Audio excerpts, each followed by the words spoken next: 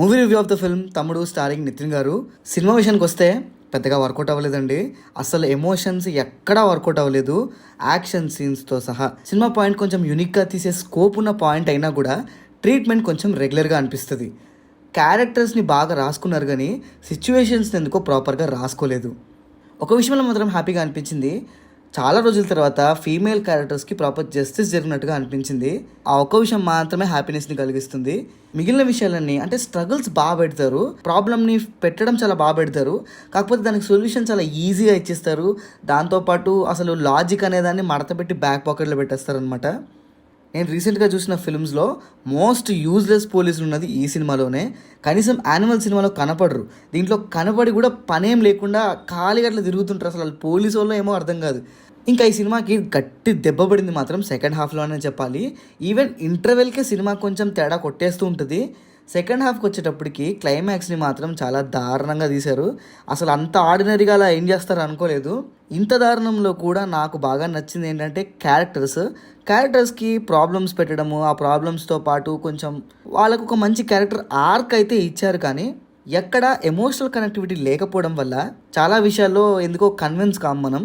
ఇంకా పర్ఫార్మెన్సెస్ విషయానికి వచ్చేస్తే అందరూ బాగానే చేశారు, ఏం ప్రాబ్లం లేదు. బట్ నితిన్ గారు ఎందుకో చాలా డల్గా చేసినట్టు అనిపించింది. మనం ఇన్ని రోజులు కొంచెం యాక్టివ్గా ఫన్నీగా ఉండే నితిన్ని చూసి ఇందులో ఇంత సీరియస్గా చూడడం వల్ల అనిపిస్తుందేమో తెలియదు, కానీ కొంచెం డల్గా తను యాక్ట్ చేసినట్టుగా అనిపించింది. తమ్ముడు అనే పేరుతోటి తమ్ముడు అక్క తమ్ముడు సెంటిమెంట్ అనేది మెయిన్ పాయింట్గా పెట్టుకొని సినిమాని స్టార్ట్ చేశారు, కానీ అసలు ఎటు నుంచి మనకు ఆ పాయింట్ అంత కన్విన్సింగ్గా అనిపించదు. అక్క తమ్ముడితో మాట్లాడకుండా వెళ్ళిపోయే సిచ్యువేషన్ బాగానే ఉంటుంది, కానీ దానికి రీజన్ చాలా దరిద్రంగా ఉంటుంది అనమాట. దానికి తను చెప్పే డైలాగు, ఆ డైలాగ్కి ఇచ్చే జస్టిఫికేషన్ అస్సలు సెట్టే అవ్వలేదు. కొంచెం షాకింగ్గా అనిపించింది మాత్రం వర్ష గారి క్యారెక్టర్. ఆ వర్ష గారి క్యారెక్టర్కి ఇచ్చిన ఒక యాక్షన్ సీక్వెన్స్ చాలా బాగుంది. అసలు ప్రాపర్గా ప్లాన్ చేసుకుంటే నిజంగా చెప్పాలంటే ఈ రేస్ అగైన్స్ ద టైం కాన్సెప్ట్లన్నీ ఖైదీ సినిమా లాగా మంచిగా వర్కౌట్ అవుతాయి, ఎక్కడ ఎమోషన్ ప్రాపర్గా పండితే. కానీ ఈ సినిమాకున్న పెద్ద మైనస్ పాయింట్ అదే, ఎక్కడ ఎమోషనల్ కనెక్టివిటీ ఉండదు.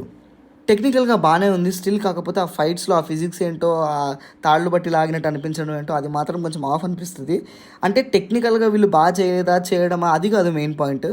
అలాంటి తాడు పట్టి లాగడము లేకపోతే ఇలాంటి ఆ ఫిజిక్స్ లేని సీన్స్ వల్ల మనం కనెక్ట్ అవ్వము. అంటే నిజంగానే అక్కడ రియాలిటీగా మనం దాన్ని ఫీల్ అవ్వగలుగుతున్నప్పుడు అది ఎందుకో రియాలిటీకి దగ్గరగా జరగనప్పుడు మనం ఆఫ్ అయిపోతాం, అంత ప్రాపర్గా ఫీల్ అవ్వలేము. అది మెయిన్ పాయింట్.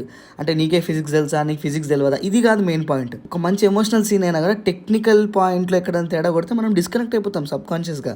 లైటింగ్, సినిమాటోగ్రఫీ మాత్రం కొన్ని సీన్స్లో చాలా సూపర్గా ఉంది. సో అదండి matter. This is Pranav signing off team cinema పిచ్చా.